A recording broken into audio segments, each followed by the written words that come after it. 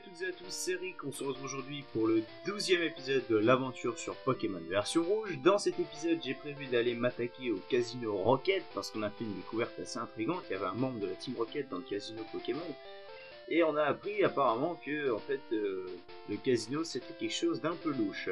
Alors j'ai un peu entraîné l'équipe, hein. Il n'y a que U-Bot qui est resté assez inférieur aux autres, parce que ses stats sont bien plus importants que les autres Pokémon de l'équipe. Là, je vais juste simplement aller récupérer la CS Vol qui se trouve simplement ici, là, juste dans la petite maison. Comme ça va être intéressant parce qu'on va pouvoir se déplacer plus rapidement. Oh, tu as trouvé ma cachette secrète. Prends ceci en échange. Ne dis à personne que tu m'as vu. Donc on obtient la CS2 qui est Vol. Vol qui est aussi bien une attaque intéressante en combat dans la 1G parce qu'elle est très puissante. Elle le reste encore dans les générations actuelles. Enfin, depuis qu'on a enlevé les CT, elle n'est plus d'actualité. Mais ça reste intéressant parce que c'est très pratique et c'est une attaque qui est relativement puissante. Donc c'est Luftwaffe qui va la prendre. On va lui faire oublier une capacité, effectivement. Tu vas oublier Mimique, voilà. Comme ça, on va pouvoir retourner. Je vais vous faire la présentation, enfin directement le truc en visuel. On va pouvoir retourner à Celadopol rapidement, voilà. Là on fait le vol sur notre petit Luftwaffe. C'est-à-dire que Dracofeu peut pas prendre vol dans la 1G. C'est vraiment débile, parce que Dracofeu, enfin, je sais pas pourquoi, en fait, ils ont interdit, entre guillemets, d'apprendre vol.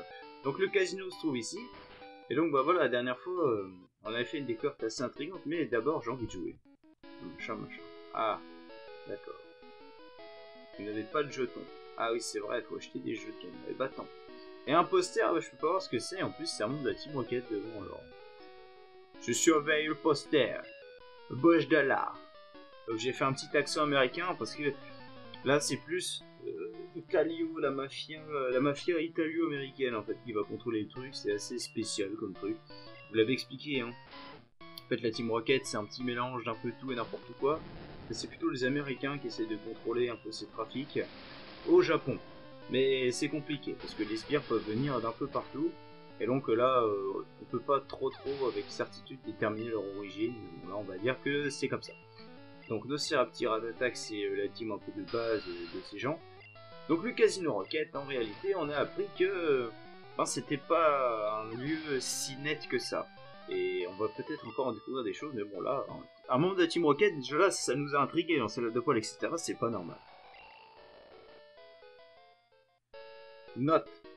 Cachette va être découverte. Je vais prévenir le chef. Voilà, c'est bien. Donc là il s'en va, on se demande où est-ce qu'il va. Hein. Il part par là alors qu'il n'y a aucune issue. La solution, elle se trouve ici. Oh, un bouton secret sur le poster. Allez hop. Moi à l'époque, je n'avais absolument pas compris ça. Je ne comprenais pas le principe. Hein. Mais bon, j'ai fini par découvrir un moment sans aller sur internet. Je vous signale, j'avais 7 ans. Donc maintenant, on va pénétrer dans quelque chose qui changera à jamais le héros, puisque c'est à ce moment précis dans le jeu qu'on va complètement se détacher du héros. Je vous remets le contexte. On va déjà rentrer dans cet endroit. Donc c'est à ce moment précis que le joueur se détache complètement du héros. Parce que là, on a sous nos yeux une prise de décision, une prise de risque totalement inconsciente. Un gamin de 10 ans va s'aventurer dans la base secrète d'une organisation mafieuse qui commet des crimes horribles pour les arrêter. Un gamin de 10 ans. Le mec n'a pas peur de se faire tuer, il est tellement confiant et assoiffé de victoire qu'il est prêt à aller défier ses membres. C'est complètement pénible. T'es qui? Comment t'es entré ici? Donc là, voilà. C'est là où notre héros devient complètement fou, commence à avoir une soif de victoire et de vengeance sur tout le monde. Il est tellement fou, il est tellement sûr de sa puissance qu'il va prendre des risques considérables. Pour la bonne cause, certes, mais là, le joueur n'aurait jamais fait ça. Enfin, perso, à sa place, je n'aurais jamais fait ça. C'est complètement inconscient, on sait de quoi la Team Rocket est capable, on sait que c'est une organisation horrible, et on y va, on se pose pas de questions. Donc Red est superbe de ce point de vue-là, mais là, Red, on voit clairement que c'est un personnage qui a sa propre personnalité. C'est quelqu'un qui ne recule pas devant les défis, et surtout qui veut qui veut engranger le plus de victoires possible, qui veut casser des bouches à tout le monde. C'est le mec qui va repousser ses limites. Tu as tout cassé nos plans. Ce n'est pas français, mais bon. Et là, clairement, on assiste à la séparation entre le joueur, parce que le joueur ne se reconnaît plus dans le héros finalement. Bien que Red est quelqu'un de muet qui ne fait pas transcrire grand chose, donc on peut un peu lui donner la personnalité que nous on en ressent. Et là, très clairement, on peut plus. Est-ce que qui aurait fait ça? Je veux dire, faut être équipé, faut avoir du monde, etc. C'est quand même vachement risqué et c'est totalement inconscient de sa part. Mais bon, du coup, on le fait quand même et on va littéralement avoir une autre personnalité, la personnalité de Red qui va s'installer à ce moment précis du jeu. Et on va totalement se déconnecter de notre héros. On va continuer à jouer avec, mais on va le voir différemment. On va savoir que c'est la personnalité de Red et pas notre personnalité. Et donc là, on va lutter contre l'exploitation des Pokémon. Car oui, on a constaté que la Team Rocket, en fait, contrôlait le casino et que les prix du casino, en fait, c'était des Pokémon qui avaient été volés. Voilà. Ils vendaient des Pokémon contre des jetons. C'est du trafic. C'est illégal. Et sans rien à dire que les Pokémon ne sont que des objets. Et qu'on peut les vendre et les acheter comme on veut. Le chef dit qu'on peut voir les fantômes avec un scope sylph. Et donc là, la réponse à nos problèmes, on a croisé un fantôme dans la tour de l'avant-ville, le spectre. Et évidemment, on nous parle du scope sylph déjà à l'avant-ville. Là, on nous en parle à la Team Rocket, donc il y a de fortes chances que le scope sylph se trouve dans le coin. Donc justement, on va en profiter pour essayer de trouver le fameux scope sylph et pouvoir continuer notre ascension de la tour Pokémon. Donc là, l'aventure elle va prendre une tournure bien différente bientôt. Encore quelques épisodes et on va réellement avancer vers la deuxième moitié du jeu. C'est-à-dire qu'on va aller dans le plus concret et dans les trucs vraiment intéressants. Là, j'ai pas non plus réellement grand chose à dire sur le casino. C'est quand même le repère de la Team Rocket. Un repère important, il va se passer des choses assez importantes. Plutôt des objets intéressants, mais sinon il n'y a pas plus de choses à dire que ça. C'est encore une étape faite pour nous ralentir notre progression et nous rendre compte de l'importance de la Team Rocket, de sa puissance au sein de la société Kanto et de l'influence qu'elle peut avoir. Parce que là, clairement, c'est tellement anarchique que la Team Rocket a réussi à développer un véritable business autour des Pokémon. Ça remet aussi en question plein de choses. Là, clairement, sur le thème dont je vous parlais, sur l'exploitation animale, etc., donc ce qu'on peut revendiquer à l'heure actuelle, c'est clairement de l'exploitation. C'est-à-dire que là, on voit les Pokémon comme un moyen de créer du profit, simplement, et on les considère peut-être pas forcément comme des êtres vivants. Et ça peut aussi être un lien, peut-être que Game Freak a voulu dénoncer ça, avec notre manière à nous d'exploiter des animaux. Et oui, ça peut. Qui sait? Et moi c'est comme ça que je le vois, parce que très clairement c'est présenté de la même manière, et on cherche à faire du profit avec des espèces qui ne nous ressemblent pas, qu'on ne comprend pas forcément, et qu'on croit inférieures du coup. Ça reflète le spécisme humain dans sa plus grande splendeur, même si j'appellerais pas ça la splendeur, parce que c'est horrible, mais bon, c'est la vie. Ah putain, l'inventaire est plein. Alors, qu'est-ce qu'on peut jeter? Qu'est-ce qu'on va donner des EV en PV? Voilà. Ok. Je vais pouvoir récupérer l'objet. Quoi? Bah. J'avais plusieurs PV+. Un tour. Voilà. Allez, s'il te plaît, laisse-moi prendre cet objet. C'était 07. Je sais pas ce que c'est. On va bien voir. Il me semble que c'est pas un truc ouf. Météore. Prends pas le corps. Oula. Pourquoi pas, Allez, un Trazine va prendre un Palcorn, voilà. Oui, on va prendre un Palcorn, monsieur. Oui. Charge. Voilà. Voilà, on a un truc littéralement pété là. Un Trazine apprend Palcorn et tout. Donc, en Palcorn aussi, c'est un peu l'attaque signature d'un des Pokémon favoris du boss de la Team Rocket. Mais ça, on le verra après.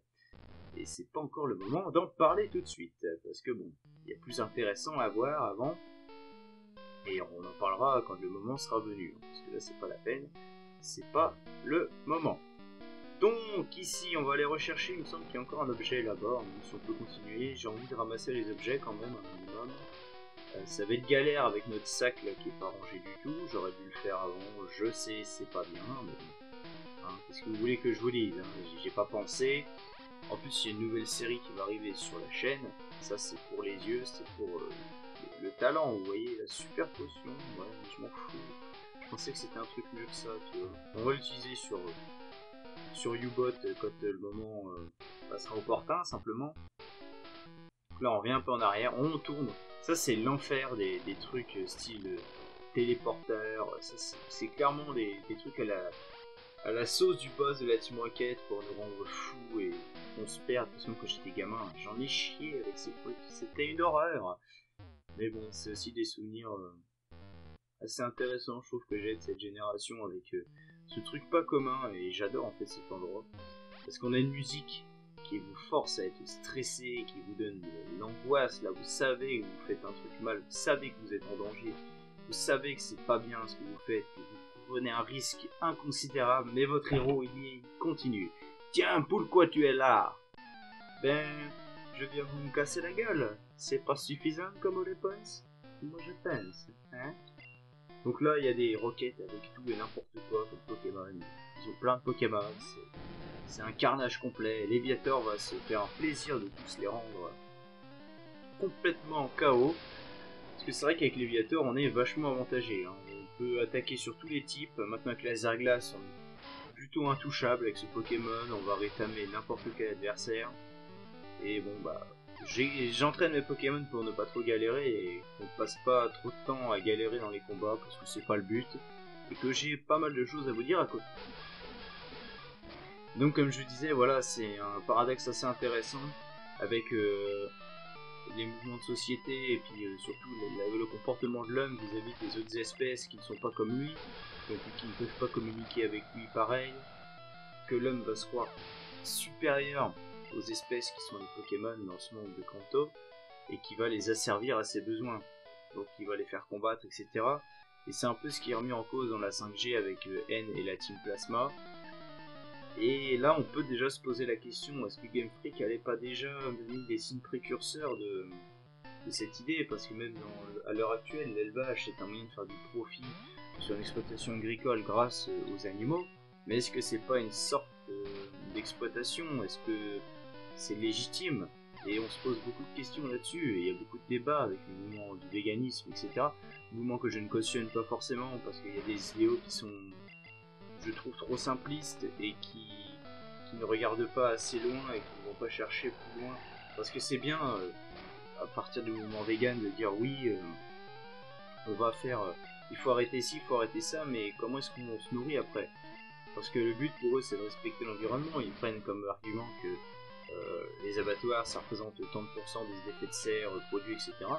Mais si on ne mange plus de viande, on va être obligé d'accroître notre production avec les végétaux. Est-ce qu'un végétal finalement n'est pas un être vivant, est un être vivant, ça on le sait au même titre que les animaux, et donc ne sont-ils pas dotés d'âme, de conscience, ils peuvent souffrir, etc. Donc c'est pareil, on asservirait les végétaux, comme on le fait déjà très certainement, aux besoins de l'homme, hein.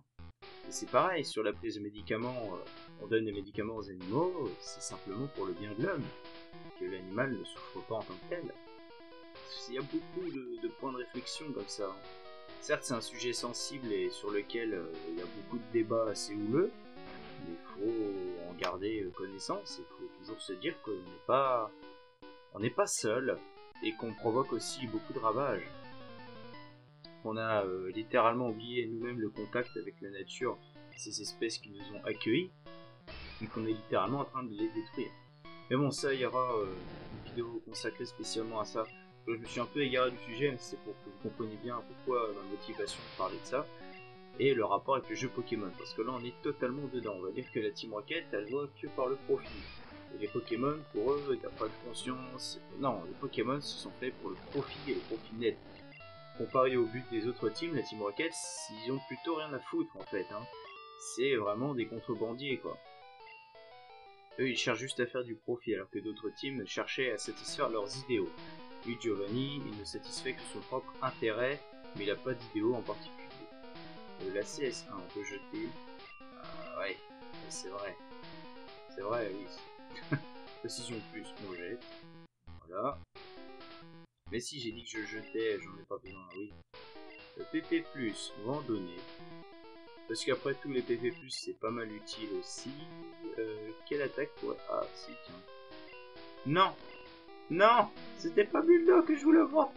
Putain, fait chier. Oh voilà, ça m'énerve déjà. Alors, c'était 49. Jeté, ouais. C'est triple attaque, on en a pas besoin. Ok. C'était 10. Mais qu'est-ce que c'est? Il y a des CT partout. Oh, ça doit pas être un truc... Ah, ça doit être Météore, ça. Damoclès. On va la prendre aussi, parce que c'est une attaque qui est bien, et tout le monde peut la prendre. On va la prendre à Luftwaffe, je trouve qu'il a... On va lui mettre à la place de Fury. Ouais, ça peut être intéressant, voilà, à la place de Fury. Si j'avais oublié Bec Vrillé, j'aurais reset. Hein. Et oui, parce que Bec Vrillé, c'est très important. Donc ouais, voilà, il faut aussi prendre conscience que nous, on n'est pas seul, et qu'on provoque des ravages derrière nous, c'est pareil, parce que, je vous ai dit, le mouvement vegan... il veut que voilà, on accentue notre production agricole au niveau végétal, mais est-ce qu'on peut pas craindre autre chose? Parce qu'il prône le respect de l'environnement avec leur histoire d'augmentation de l'effet de serre, etc. Mais redouter aussi que si on accrue notre production en termes de production avec les végétaux, on respectera encore moins l'environnement, c'est l'arrivée des organismes génétiquement modifiés, et ça c'est la même chose, il y a débat là-dessus dans cette génération. Oui, la première génération parle des organismes génétiquement modifiés, parle de génétique, et on y reviendra, parce que c'est encore un sujet hyper intéressant, et que je pense que personne ne croit que ça a quelque chose à faire dans un jeu Pokémon, mais c'est bien là, c'est bien présent, et ça montre encore une fois que ce jeu n'est pas fait pour les gamins. Ne te mêle plus des affaires de la Team Rocket. Je vais rebondir aussi dans le dernier épisode, Rafflesia, Pokémon iconique de Erika. Rafflesia, en fait, la Rafflesia, c'est une vraie plante. La Rafflesia, c'est la plus grosse fleur qui existe dans le monde. Et elle se trouve particulièrement dans les forêts amazoniennes. Et du coup, je tenais à faire la précision, parce que j'avais parlé de Rafflesia comme étant un des Pokémon les plus stylés de cette génération. Mais c'est pas un hasard si Erika a un Rafflesia. Donc voilà, je tenais quand même à revenir là-dessus, parce que je trouve que c'est un point plutôt intéressant. Moi, passionné... l'agronomie et surtout sur les plantes, je trouvais que c'était aussi intéressant d'y revenir dessus, parce que bon, c'est quand même un point encore important, c'est un Pokémon je trouve assez important, c'est un Pokémon de la 1G, et donc, pour vous montrer un peu que même les Pokémon sont souvent inspirés de choses assez réelles. C'est-à-dire que Rafflesia est tout à fait représentatif de ce qu'il est dans le monde réel, et n'est-ce pas une vraie Rafflesia? Parce que là c'est pareil, je vous ai parlé de la conscience du monde végétal, mais si le monde végétal était doté d'une âme, serait-il capable d'être un Rafflesia? De mettre son âme d'une valeur certaine, ou même de la matérialiser lui-même, de se créer un propre corps? Puisque finalement, le plus important chez quelqu'un, c'est ce qu'il est, ou c'est ce qu'il représente? C'est encore une grande question. Et je pense que Rafflesia, c'est aussi un message pour dire que faites attention. Les plantes sont des êtres vivants au même titre que l'homme, au même titre que les animaux, et ils ressentent les émotions, la souffrance, de la même manière que nous. Faut pas croire. Et je pense qu'ils sont aussi capables de nous envoyer des messages, de communiquer à leur manière. Ils sont même capables de se reproduire, parce qu'ils ont des organes reproducteurs. Peut-être que le monde végétal a une âme, et il serait prouvé qu'elle a une âme. Et en général, la nature n'a pas laissé les végétaux par hasard pour nous. Et ça, je vous envoie sur la vidéo d'Idi Chandoudoui, que je mettrai en description. Mince, j'ai perdu la clé ascenseur, comme de par hasard. On obtient la clé ascenseur, voilà, c'est très bien. Là, on va récupérer cet objet-là et notre sac va être encore plein. La CT02, mais il y a vraiment un max de CT là-dedans. Et c'est très bien, c'est très très bien. On peut faire tourner les attaques sur le Pokémon. Coupe vent. Oula, c'était pas top ça comme... À la place de pic-pic, pourquoi pas. On va voir. Si j'ai encore pic-pic, je lui fais oublier. Allez hop. Voilà, on va avoir un Luftwaffe assez performant, je pense. Voilà.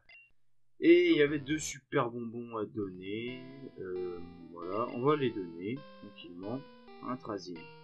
Ouais, je vais envie de les donner à un Trazine, le super bonbon. Super bonbon, un Trazine. Voilà. Comme ça, notre Trazine est niveau 40. Et on a 2 autres Pokémon qui sont au niveau 38.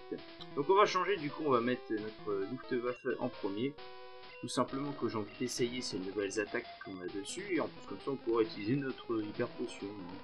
Donc en plus, maintenant qu'on a la clé ascenseur, on peut tout faire avec, on peut être dans l'ascenseur, tout le bazar, voilà, tranquille, pépère. Ça c'est quoi? Des PV+, encore, mais... Eh, cet endroit, c'est une mine à objets intéressants, donc on va se faire plaisir, hein. Des PV+, à U-Bot, voilà, comme s'il n'en avait déjà pas assez, bah oui. Donc voilà, c'était pour aussi rebondir sur le fait que le monde végétal est finalement aussi sensible à nos actes que le monde animal. Et donc le mouvement vegan en soi, c'était un mouvement qui était quand même assez égoïste, je trouve. Parce que d'un côté, ils mettent leurs idées en avant comme étant des idées qui vont sauver l'humanité, mais d'un côté, pour répondre à ça, quelles sont les vraies solutions, bah, il n'y a personne là. Et ils sont pas capables de fournir une vraie solution.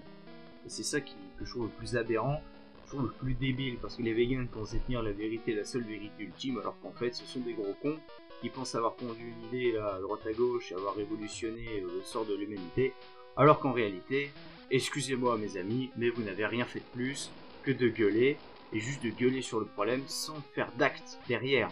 Hein. Vous allez cracher sur des gens comme Absol Video, sur des gens qui vont quand même défendre la même cause que vous, mais simplement qu'ils ne sont pas véganes, qui n'appartiennent pas au même mouvement que vous, vous leur cracher dessus. Et vous pensez que c'est comme ça que les choses elles peuvent évoluer. Si l'homme se tape tout le temps dessus, bah c'est pas comme ça qu'on va régler nos problèmes. Et bon, c'était le petit coup de gueule sur les véganes, il y aura une vidéo consacrée à ce mouvement que je trouve vraiment dénué de sens et complètement débile. Parce qu'en plus, la vérité, c'est qu'ils cherchent, ils pensent vraiment avoir trouvé le truc qui allait... ils pensent vraiment avoir fait une découverte énorme, alors qu'en fait, c'est du gros bullshit. Hein. C'est vraiment des abrutis, parce que ils croient tout connaître sur tout. C'est comme si tout le monde y savait tout, et que bon, ils devaient apprendre leur savoir à tout le monde, alors qu'en réalité, bah, ils ont rien fait de spécial, en vrai. Hein. C'est débile. Alors... on va aller au 4ème SS. Oui, je sais. Le SS, c'est pas, ça n'a rien à voir. C'est le sous-sol. Mais ils sont un peu cons, je trouve, d'avoir fait ça. Alors là, on me semble qu'on peut avoir des objets aussi dans le coin. Et effectivement, il y a un objet. Du fer. Ah, ça, le fer, c'est encore un objet qui augmente les stats de nos Pokémon. C'est très très très intéressant. On va donner du fer à un Trazine. Voilà, comme ça, sa défense, elle augmente. Donc ça, je sais pas ce que c'est. On dirait des enceintes. Je sais pas, on dit des canons aussi, bref. Salut. Je te reconnais, tu as aligné le plein sur le Mont Sélénite. Voilà, donc là c'est un peu les deux mecs qui protègent une barrière, on ne sait pas ce qu'il y a derrière. Bon, je pense que ceux qui connaissent le jeu, vous le savez très bien, et le suspense il est inutile. Il s'agit du chef, du boss de la Team Rocket, en personne, qu'on va pouvoir rencontrer. Alors, coupe-vent, qu'est-ce que c'est que... Ah, c'est une attaque en 2 temps, c'est vrai. Ok, on va voir si ça fait mal. Moi ça fait mal. En vrai, oui, je pense que ça peut faire très mal. Et c'est une attaque de type vol, ça, bon. Il me semble. Hein. On va regarder. Normal. Ah d'accord. C'est même pas une attaque de type vol. Ça, je comprends pas. Par contre, c'est un peu bête. C'est vrai que les moves de type vol dans la 1G, c'est pas top top. Hein. C'est pour ça que Roux Carnage est pas un si bon Pokémon que ça dans la 1G. Parce qu'il apprend à part Cruel et même Tornade était type normal à l'époque, mais il apprend que Cruel, il me semble, comme et Piqué aussi. Piqué, c'est une attaque en 2 temps, et souvent, si c'est un Pokémon électrique en face, qui est une attaque super efficace, sachant que Roux Carnage est pas super résistant, bah. C'est pas top. Donc, ouais, c'est pour ça que Rapace de Pique est bien plus puissant dans cette génération. Je ne trouve pas que nos plans maléfiques sont super cool. Non, c'est débile et c'est totalement hors la loi. Donc je rétablis la loi, mais je ne suis pas un flic. D'ailleurs, c'est vrai que c'est vachement étonnant. Il n'y a pas une seule personne de l'autorité du Conseil 4, parce qu'on nous parle d'un monde de personnes super puissantes que serait le Conseil 4, mais ils sont pas foutus de voir qu'il y a des problèmes comme ça, où ils laissent faire. Parce que peut-être qu'ils n'ont pas la main mise sur tout, ou peut-être que bah, simplement la Team Rocket est tellement enclavée là, dans le système que c'est peut-être même la Team Rocket qui contrôle un peu la région de Kanto et qui fait vivre cette région finalement. Mais nous, bah on fait ce qu'il faudrait pas faire alors. Mais bon, c'est pas grave, nous on est très bien là. On va commencer à décimer, tiens, Arbok, l'un des Pokémon les plus stylés de la première génération. Je trouve il est trop beau ce Pokémon, mais je le tue. C'est dommage. Voilà, Arbok est mort et je monte pas niveau 39. Arg! Voilà. Donc, cette fois-ci, on change de Pokémon et on va mettre U-Bot en face de ce chef. Donc alors Giovanni, le boss, c'est pas le patron, c'est celui qui va gérer toutes les affaires. C'est Giovanni qui a la main mise sur la Team Rocket, Giovanni qui a la main mise sur les affaires de la Team Rocket et sur l'argent généré par la Team Rocket. Donc c'est lui qui est à l'origine de tous ces plans assez machiavéliques et c'est là qu'il se planquait. Et on est bien décidé à lui flanquer une raclée. Tu m'as surpris. T'es dans les genres pénibles. Peu de paroles pour dire une chose simple. Je veux t'éradiquer, c'est moi le patron. Giovanni veut se battre. Giovanni, c'est un personnage mythique de cette première génération que je surkiffe et on va interpréter sa personnalité au fur et à mesure de l'aventure. Parce que là, c'est pas notre seule rencontre avec Giovanni, loin de là. Voilà, on va one-shot ces Pokémon. Ces Pokémon sont assez significatifs. Onix, c'est un Pokémon qui va rappeler plus ou moins l'originalité de ce dresseur. Onix, on en voit très peu de ces Pokémon, c'est un Pokémon qui est relativement rare dans la 1G et qui représente quand même une pierre précieuse, l'Onyx. Onix, ça montre le côté riche, puissant et assez atypique de Giovanni. Parce que c'est un être qu'on voit très peu, quelqu'un d'original. Onix, ça montre ça de la même manière que Pierre et quelques montagnards qui en possèdent. Rhinocorn, c'est pour le côté puissant. Car Rhinocorn est un des Pokémon les plus puissants de type roche, avec des attaques abusées, et qui peut être très dangereux.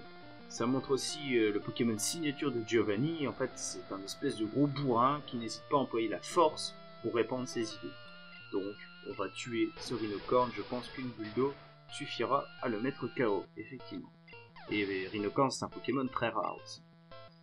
Et ensuite Kangourex, Kangourex qui n'a rien à voir avec les deux autres Pokémon que nous venons de voir là. Kangourex c'est quand même la puissance, parce que c'est un Pokémon qui est relativement imposant. Mais Kangourex c'est surtout la vision de père, la vision maternelle. Le Kangourex c'est un Pokémon à la main des kangourous qui garde son petit dans sa poche. Vous le voyez, là il est en dessous de ses deux bras. Et le côté du boss dans les mafias, c'est comme le papa, vous voyez, c'est celui qui veille sur ses sbires. Et Giovanni, il a une attache particulière à tous ses sbires. Et ses sbires sont tellement dévoués à lui qu'il a un pouvoir de persuasion, qu'il a une attache et qu'il a su les rendre tellement affectueux qu'il tient réellement à eux. C'est presque une famille, vous voyez, sa mafia, son crew, quoi. Et Kangourex, ça montre le côté paternel de Giovanni. Son côté à veiller sur les autres, à veiller sur ses sbires et ses affaires. Certains diront même aussi que c'est une théorie assez répandue, comme quoi le bébé, Osles serait un bébé Kangourex avec le crâne de sa mère Kangourex sur la tête. Théorie qui a été de nombreuses fois soit admise, soit complètement explosée. On ne sait pas, mais je vais pas m'attarder dessus parce que bon, il y aura un autre endroit où on pourra parler de ça. Mais Kangourex c'est un Pokémon qui a beaucoup de sens pour Giovanni et c'est pour ça que c'est son plus fort. Ça représente surtout le côté de Giovanni à prendre soin des autres et à prendre soin surtout de son organisation. Il ne laisse rien au hasard et tous ses sbires pour lui comptent beaucoup. Et ça on le voit. On le voit beaucoup et c'est ce Pokémon qui le représente. Et ce côté du papa, là, comme on peut voir dans les mafias italiennes, il y a toujours un ancien, un vétéran, là, comme on peut voir dans Grand Theft Auto 3 avec Monsieur Leoni, voilà, vous voyez, c'est ça, c'est exactement ce type, c'est exactement ça, là, que ça veut faire ressortir, et Kangourex, c'est la signification de tout ça. Mais on va mettre Kangourex KO, et Kangourex est pas très dangereux dans la rage, il n'a pas beaucoup d'attaques qui peuvent nous mettre en péril, mais rien que pour le fait d'avoir Kangourex, c'est déjà superbe. Voilà. Bon, je l'ai mis KO, oui, mais voilà. Quoi? Damnation! Tu élèves tes Pokémon trop soigneusement. Un gosse comme toi ne peut comprendre mes plans. Tu as gagné cette bataille, mais pas la guerre. On se retrouvera, et cette fois, pas de mots, rien. Seulement, on obtient le Scope Sylph, et on va pouvoir se barrer d'ici. Littéralement, j'ai pas envie de m'éterniser plus que ça dans cet endroit. Je serai le héros, je me taillerai direct. Voilà. Bon, en tout cas, j'espère que cet épisode vous aura plu. C'était Eric, on se retrouve très prochainement pour la suite de nos aventures. Salut à tous!